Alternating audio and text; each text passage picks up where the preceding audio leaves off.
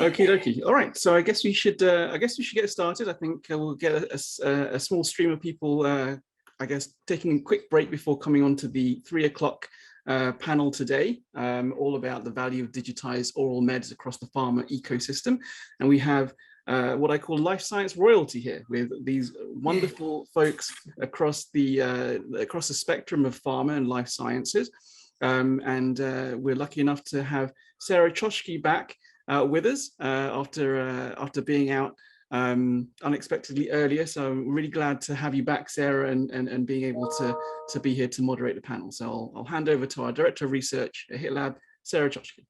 Awesome. Thanks, Jerry. Yeah, sorry everyone for earlier. I broke my leg a couple weeks ago, so it's been kind of a whirlwind trying to figure out what to do about that. But I'm really happy to be here with you for the next 45 minutes. We have a panel on the value of digitized oral meds across the pharma ecosystem, and a super panel. So before we kick off with the discussion, I'd love it if each of our panelists would just take a minute and introduce themselves, your name, where you're coming from and your role. And Teginder, why don't we start with you, if that's okay? Sure. Thank you, Sara. I'm at Johnson & Johnson currently, about 20 years in the industry, various roles across R&D, QA, regulatory affairs. Currently, I lead the global strategic regulatory compliance, and anything we can digitize to better our traceability, whether it's a product or our processes, I get involved in that. So that's a brief introduction about me, and I'm really excited to be here today. Fantastic. Thanks so much for being here. Jackie. Hi, Sara. Thank you. So my name is Jackie Kent. I'm the Chief Customer Officer at Medidata.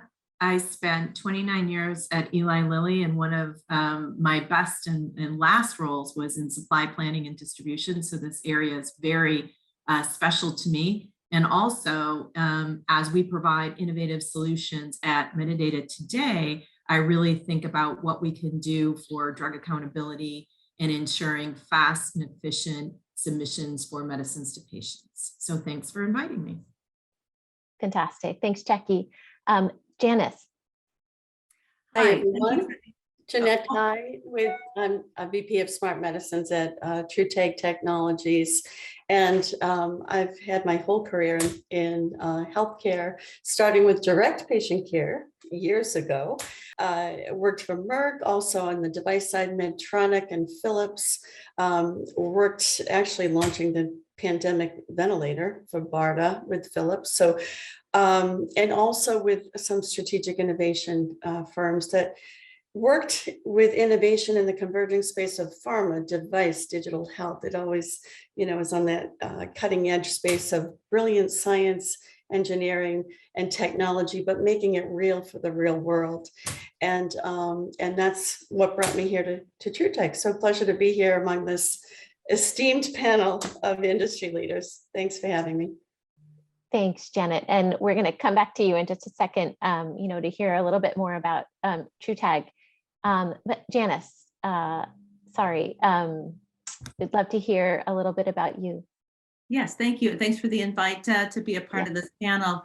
So I hope that I can bring the patient perspective, since I led the Center of Excellence for Patient Innovation Engagement at Merck most recently, till the end of May, when I retired from the company after several decades in the pharmaceutical industry, both at Merck and at Abbott. And before that, as a healthcare provider, as a nurse. So pleasure to be here today. Thanks. Super. Thank you, Janice. Victoria, are you with us? I think she's on her way. Why don't we go ahead? Paul.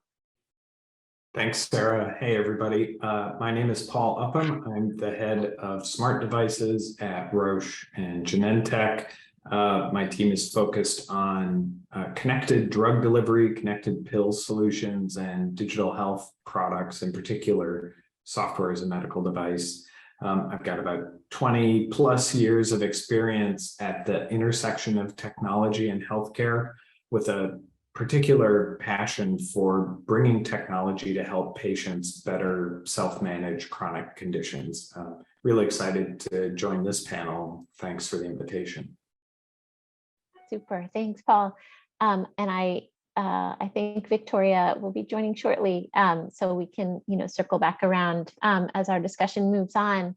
But I'd like to go ahead back to you, Jeannette, if you wouldn't mind, because I'd love just to hear a little bit more about TruTag, and I think you have some video to share with us. Yes, sure. No, happy to. Like I said, it's a pleasure being here among all of you, and I welcome all of your perspectives. And it's great to have this group here today. But first, some quick background about TruTag. We're a technical startup, and we were founded several years ago. Founded really focused on mass digitization of oral medications. And we believe there are far-reaching benefits of a solution such as ours in drug authentication, in clinical supply traceability, in tracking med adherence remotely and in real time. So our solution, basically, if you think about it like this, enables every pill to essentially serve as a potential data point along the entire therapy continuum from manufacturing to ingestion. And it supports the overarching mission of pharma in general, of providing the right patient with the right drug and dose at the right time. And I believe goes one step further to actually offer a means to quantify some of those important elements. Yeah, I think we've got a video up and running.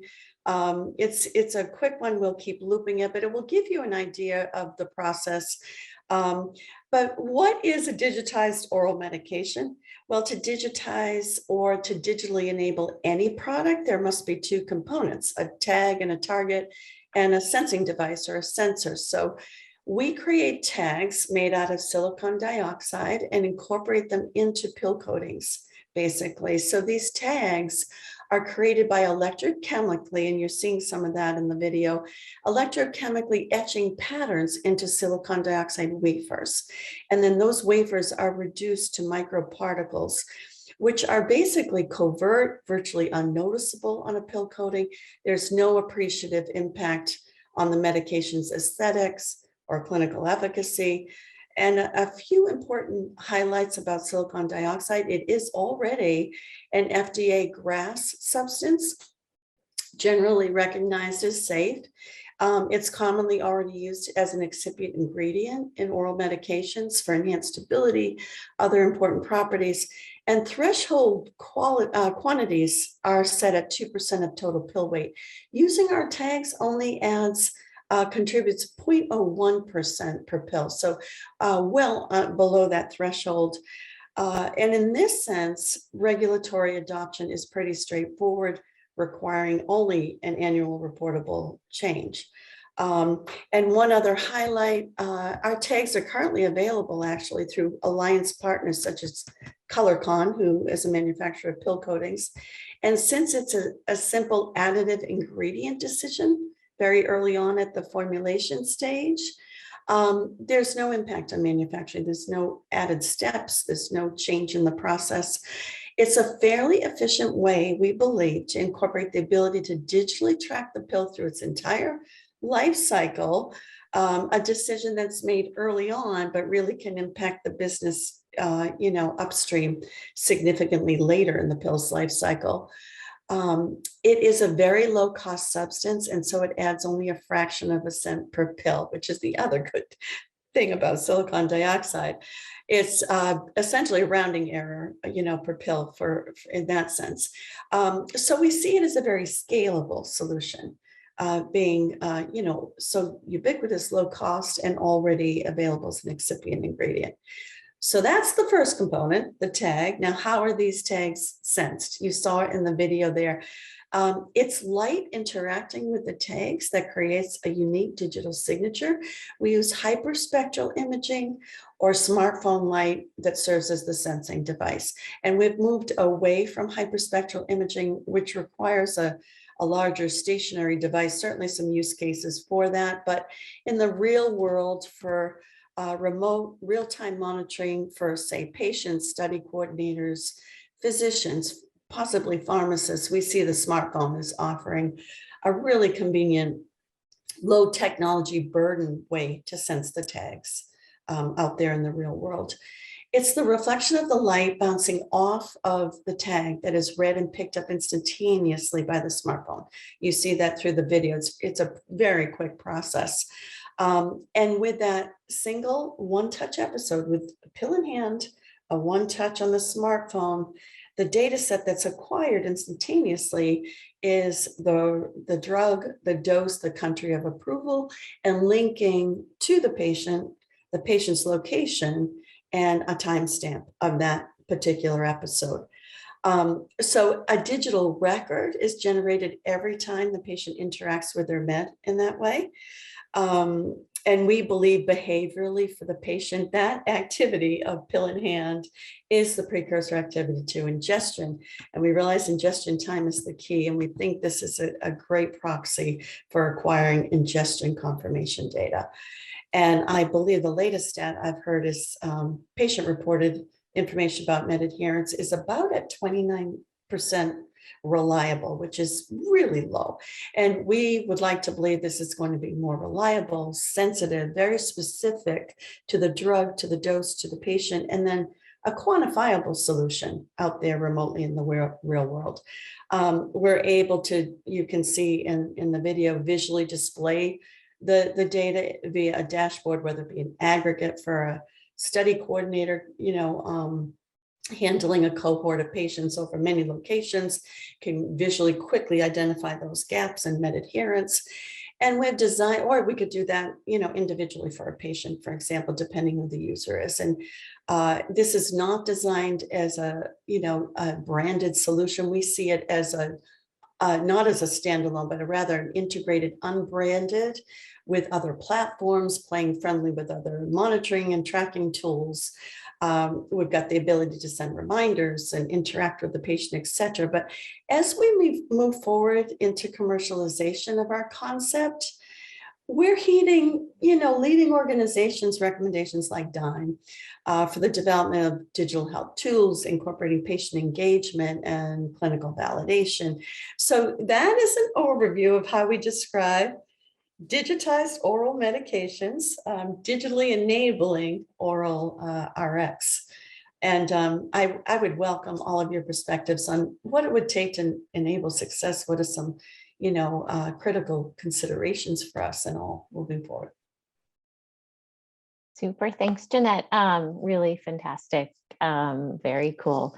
And as you pointed out in the video, highlighted, what's interesting to me about TruTag is just how many different stakeholders can potentially value from this technology. You sort of left off on patient engagement. So why don't we pick that thread back up with Janice. Janice, would you like to share your thoughts? I'm wondering in particular, what are some of the considerations you think are important for patients when you think about a technology like this? Yeah, so I think the technology is going to be terrific for adherence for sure. And that is a significant issue, as has been discussed throughout all of today's sessions, is adherence. But I think for patients, how do we build trust?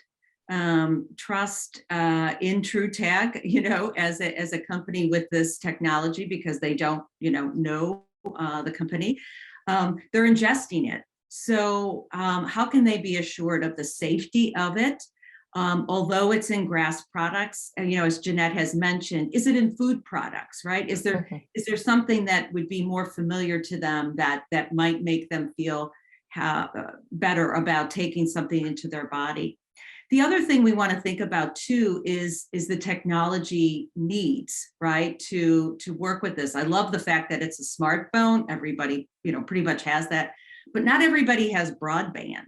And so to the extent where this needs to be uploaded, let's say in a clinical trial, latest statistic I saw was 25% of the US population doesn't have access to broadband.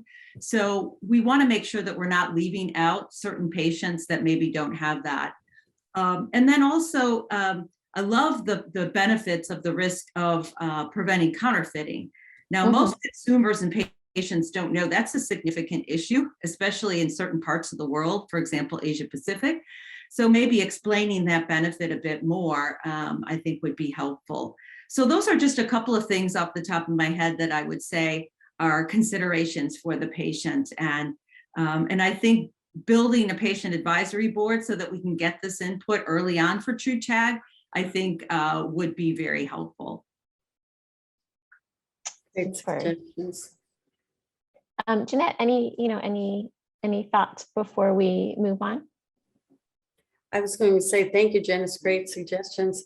I think you may all be able to see this slide. This is just kind of a context for discussion. I know, we're looking at ways it adds value across the entire pharma ecosystem. These are some thoughts we have. Of course, we're moving into clinical validation, and we'll be validating a lot of this. We'll be making some claims after that fact.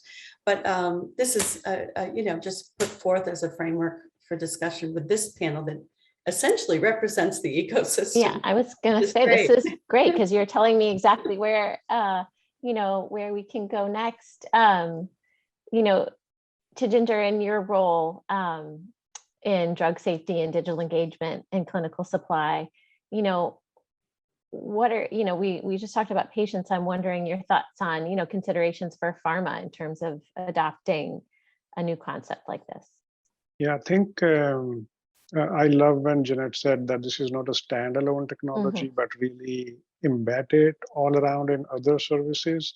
I think one of the excellent use cases is obviously adverse event monitoring, who's taking the medicine, what side effects they're getting, and somehow capturing that data and kind of marrying up together. You almost start getting into very granular data that you can actually have a timestamp and even a geographic footprint where that dose was taken, and you can get to know so much about that event, much more than what we do today. But I think another unexplored and a really perfect use case for this is for accidental ingestion. Like if there's accidental ingestion, and if this is universally available, it makes identification of, for now, we are really looking at the orally ingested medicines really, really easy. And when somebody is kind of calling up a talk center, it's exactly identifying what's the dosage in there, what's the drug, what are the other ingredients in there. So the talk centers can react very, very quickly. I see that as a massive use case if it becomes universally available. Fantastic. I have been working on some projects lately related to drug safety, and the potential seems, quite remarkable. What about clinical supply? Any thoughts there on how this can expand the ability to track supply in ways that we can't now? So I think I'm gonna, Go ahead, please. Yeah, I was just going to say, I think Medidata is better qualified for this place. I want to build on what Janice was saying earlier, because I think a real opportunity to see how something that like this can really take shape is in the implementation of decentralized clinical trials, because we're now starting to talk about direct-to-patient shipping and the level of drug accountability and ensuring the end-to-end traceability of the supply really is evolving. And when you think about, Janice brought up the point about, the phones and the ability to replicate the information in the data, well, that's already needed for the ECOA that is part of the decentralized clinical trial. So this could follow on in early adoption to that path that we are going on, right? And allowing us to make this part of those types of trials maybe earlier rather than later, because a lot of the hurdles that Janice brought up are already being tackled in the decentralization of the trial. And that patient engagement and adherence is, the bar is so much higher when we're not going to the site for every single visit. So, there's a lot of work that's being done in that space that I think about, that patient engagement, that ability to track and trace, and that ability to adhere to using that technology, that this could be very special too. Yep, and I think the beauty of that is once you embed into the design of the product, you can actually carry it to the commercialization. And in a way, you have almost tested out the compatibility and the performance within the trial, and you can then flush out if other things need to be kind of streamlined in there, and it just becomes a part of the product. So that's, I think, true digitization, that we think about that as a design. Formulators can actually design it into their initial formula and then just carry it through the scale up and the commercialization of the product. Fantastic. So Janet, Jackie, sorry, any other thoughts from your end on, just given your role on, this new concept of just in general digitizing oral medications?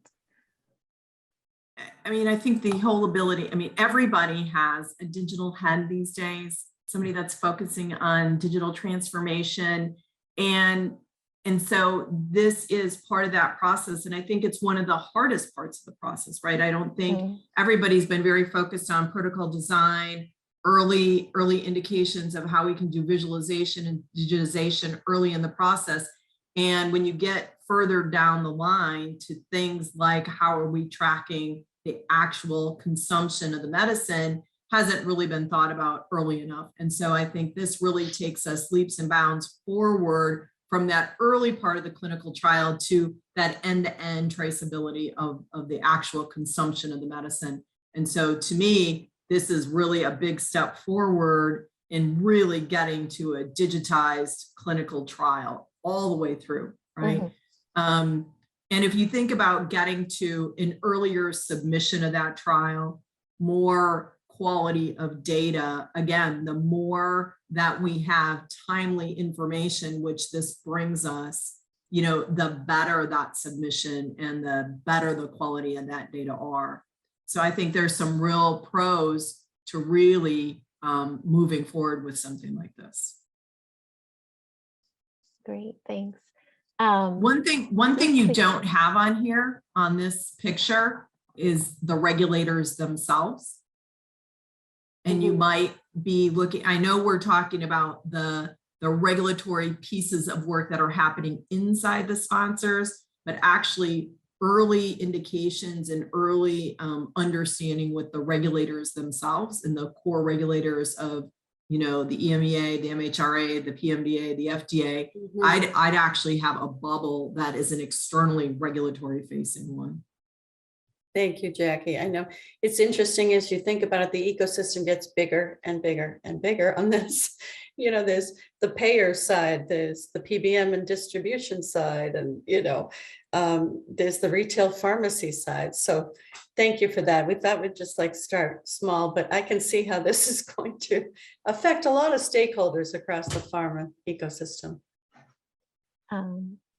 Yeah, and Jackie, could you just, because I'm not, can you just explain that a little bit more for me in terms of, how I think about the regulatory authorities, pharma in general, sponsors are a little risk averse. Yeah. And a lot risk averse. If the FDA is supporting the direction you're taking and they're educated and informed earlier on what you're developing, your support for the sponsors on the execution of the protocol will be higher, right? You don't want a sponsor to use this in a protocol and the agency not be prepared for it or supportive of it. And so if they understand, that's what CDER's for, right? You can go to CDER early and tell them about an innovation you're working on. And then when a sponsor comes forward with a protocol, they know what's coming up. They're educated, they're informed, and it really de-risks the work for the sponsor. Gotcha. Thank you. Great point. So just a quick note there, FDA has accepted us in their emerging technology program. Yeah, and so we are, which is why it should be on this picture, right? There you go. Yes, that's the next session. Awesome. Okay, well, Paul, we haven't heard from you yet, and would love to hear from your perspective in your role. What do you see as the biggest benefits of something like this? You're someone who's deployed these out in the world, so what seems exciting to you?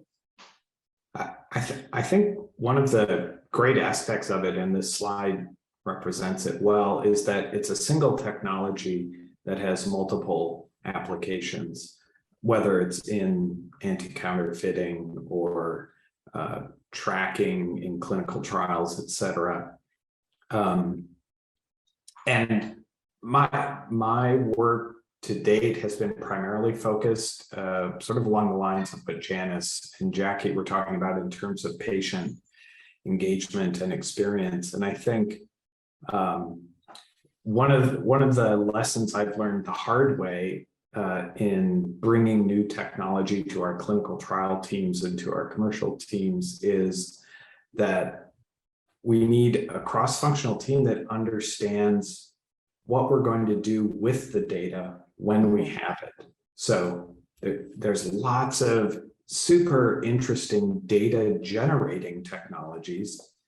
And I think we are less sophisticated in our understanding of what to do with all of those data when we get them. And when it comes to trying to improve patient adherence or persistence in particular, whether it's in a clinical trial or commercially, we really have to have a good understanding of, if we get the data from a technology like this, how will we turn those data, transform those data into actionable insights?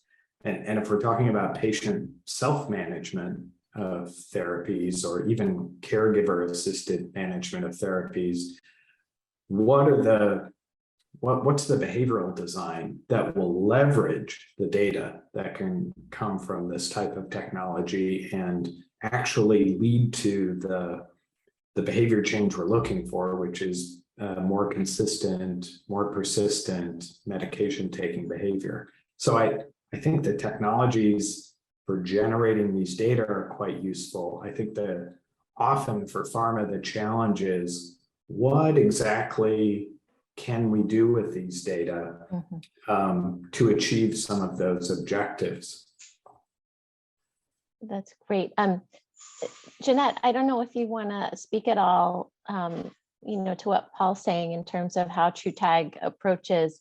I think I agree with you, Paul, kind of our frontier right now, which is we have all this data, what are we going to do with it? And when we decide what we want to do with it, how do we put it together in such a way that's not overwhelming, that it makes it, useful and usable to those who want to Sure. make decisions from it. Yeah, I mean, insights from it, I think it really does vary by, if in a clinical trial scenario, what the indication is, what you're looking at. I mean, I think if you can quantify ingestion time, I mean, right now, I'm not sure how reliable some of the data is. And to me, it must be very difficult and probably very costly to try to link outcomes, even early on PK/PD outcomes, if you're really not even sure if that patient took the medication. So once you can quantify a baseline like that, I think it hasn't really been done with a high degree of confidence quite yet. There are lots of different proxies, but this is kind of the closest to ingestion. We have a technology roadmap that we're looking at to actually take it one step further and confirm ingestion. But to me, you get a precise set of data like that, and you can look at separating out cohorts. And actually, Victoria, you're the head of data governance for Boehringer. I would love to hear your perspective on this. But once you have a cohort of patients, you can with certainty say that they've taken the medication, when the right drug, the right dose, the right time, and then you separate out that group with the other group. Is it possible to identify secondary outcomes, tertiary outcomes, like a better night's sleep in this group, or whatever, because I just don't know if we can do that layer of analysis right now. So that's one thing that comes to mind. One point I wanted to make about this particular technology, of course, we're, early on here. I think there's a roadmap that will be, enhancing, but the data without connectivity stays, locally. And then once you connect, it would share. So regardless of connectivity issues, or if, there's Wi-Fi issues or whatnot, it still would be later a complete set of data that would get uploaded. So with that, I would love to hand it over to Victoria for her perspective as an end user of the data within a pharma company, to get a perspective on that. Sure. So hopefully you can hear me okay. Thank you. And maybe a short intro and a little bit of background. So I am, as Jeannette kindly introduced, the Global Head of Data Governance and Insights. So we're really accountable for shaping this data strategy and data governance for our clinical development operations medical organization. And I will just share a short disclaimer before I tackle some of these topics, but this is an external activity, so entirely unrelated, of course, to my employment with BI, and the statements I make here reflect my own views and experiences, not attributable to BI, nor am I speaking on behalf of my employer, Boehringer Ingelheim. And with that, I think it's really a lot of excellent points have been brought up around topics of how can the data that's generated by these kinds of digitized oral medicines, but also really this ecosystem of digital health tools that we're in, how can that really add above and beyond what we're seeing? And healthcare has been, as most of us here can speak to, very much a data, but also emotion-driven area. And with drug development, especially, there's been a lot of interest to quantify a variety of different parts of a relatively complex process, which is to be able to address certain needs that patients and clinicians and their clinicians are trying to tackle. And so when we then on top of that add a layer of complicatedness through how we conduct clinical research, you can imagine, I can imagine certainly as a patient, that for me, it would be a very difficult area to navigate. And so through COVID recently, but also a lot of other technologies that have been coming through that have been looking to address this through what we're now calling, I think, Jackie, as you stated as well, this digital transformation that many organizations are going through. There's also this lean towards simplification.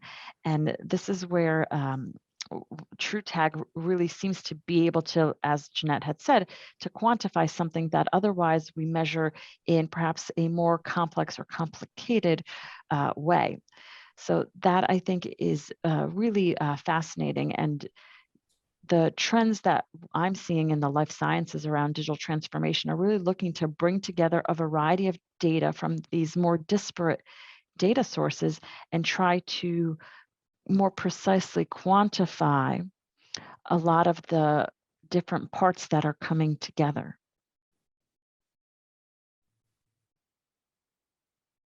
Beautiful. Thank you, Victoria. That's great. And I really love the way you put that. We've gotten bigger with this ability to collect data, and now it's really about we have this capability. How can we streamline? How can we simplify? So, fantastic. Thanks for that. We have just a few more minutes. And if anyone who's watching wants to submit a question in the Q&A, please feel free. If we have a second or two at the end, I'm happy to share those with the panelists. In the meantime, Victoria, are there other considerations for you as you think about putting this into practice, putting a technology like this into practice at your organization, more from a nuts and bolts perspective?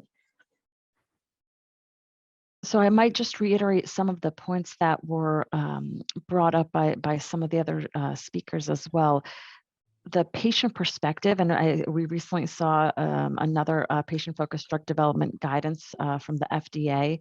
The patient perspective is really critical here to facilitate the adoption of this. Patient advisory boards, but also this patient-physician relationship and what technologies can do to facilitate the relationship between the patient and physician such that the patient can get onto the right treatment with the shortest amount of time, especially as we go into conditions that are more rare, where maybe the time to diagnosis takes a long time, which can be difficult for the patient. It can be, I'm sure, a very complicated environment that gets created. And of course, a disease, depending on the condition, for that person may continue to progress in that time.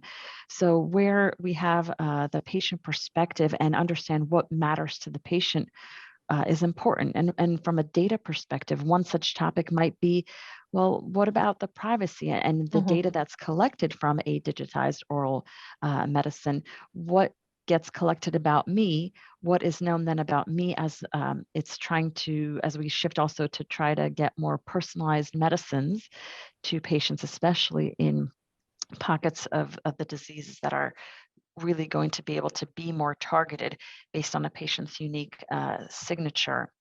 So I think that is one perspective. And then the other perspective that I caught during this conversation as well, that is a very excellent point, is around the regulator view and how to educate that regulator, because the regulator's acceptance of technology and the ability for that to then be studied in clinical research and subsequently passed along to clinical development and further to the commercialization of a product will be really critical to the adoption. Great. Yeah, I believe the right conditions are forming, right? So about 3 days ago, FDA published the Ensure Guidance on technology-assisted prescription to OTC switch, which all revolves around what more conditions can we put around a medicine so that patients can safely self-select with the healthcare professional at the point of dispensing, and then use it safely. So I think there's a new pathway which is opening up, which is going to need technologies like this, which are point of usage technologies to improve the safety and even the efficacy and effectiveness of the medicines. And just to add that, I know we're talking about digitized oral medicines, but when you do look at clinical trials, you know, the overarching issue that regulators are now looking at and industry sponsors are focused on is the diversity of the patients that you are putting in your trials. And so I think TruTag has an opportunity here to just right at the beginning ensure that you have a diverse patient population, so that they're, you know, you've overcome that hurdle right away. It's a great suggestion, Janice. I wanted to mention, I think we mentioned a little about medication adherence, but I think of folks like my own parents, you know, who have well intentions remotely when they're on a lot of different medications, and the authentication piece of it, or even the anti-counterfeiting aspect of making sure it's the right medicine. You know, out in the real world, when patients are taking so many, or, you know, you have different populations, socioeconomic levels, age levels, and, you know, different living lifestyle environments. That one aspect of this technology that I personally think is powerful, thinking of remotely patients wearing watches now and having all kinds of, you know, wearables in a trial, or managing a lot of technologies at home, is that with very little effort, it kind of mirrors technology they're familiar with, right? A smartphone, an app, and I realize there's a lot of apps and all, but kind of low cost, low technology burden way. So I always look at the level of cost and effort for the size of that price. And it just seems like a one-touch, low cost, kind of low technology burden way to attain a pretty high integrity set of data. So, as we proceed and we're doing some clinical validation here, I would love to circle back with all of you with our findings. We want to see as this transgresses that it really does blow the current stats out of the water. And we'll be sure to make sure we cover all those check boxes, from a patient engagement perspective, from a regulatory, from the data side. All of you have had wonderful suggestions and considerations for us. So I appreciate that dialogue. Let me just second that, Jeannette. Thank you, everyone. We've about come to the end of our time. I wanted to let you know that there is a medication adherence networking room if you haven't seen it already, and it will be open as soon as we end. So you can join our facilitator over there and continue the conversation. There was one question from Katie. I'll read it quickly, but I think maybe we can sneak in 1 minute of conversation because I think it's a really interesting question, in terms of here's an idea that could be really fantastic, right? Patients with super high non-adherence rates, such as patients with psychosis and paranoia, but how to balance that with the symptoms of that condition, which can often be paranoia. So, for in behavioral health, any thoughts about that opportunity and how TruTag could really make a big difference there? I think that's a really, really important point. And, that's where maybe involving, caregivers or a support person can potentially help there. In overcoming some of the paranoia about that. But I know we've had a situation where we had a cough monitor that actually people were concerned it would hear actually what they were talking about and would be recording that. So there is a little bit of this paranoia with any kind of devices. So excellent question. Super. And one related suggestion, this is not as the cough monitor example, there are other technologies and apps that are in the space of that therapeutic area of CNS perhaps and other mental health diseases, where perhaps forming a community or some sort of outreach together could really help address, or at least at basis, help to understand the patient perspective for people living with certain conditions. Awesome. Thank you all. Thank you so much. We're a minute over time. Jeannette, thank you for sharing TruTag. Thank you to all our panelists. It's been a pleasure. Thank you. Likewise. Thank you, everyone. Thanks. Thank you, everyone. Thank you. Bye.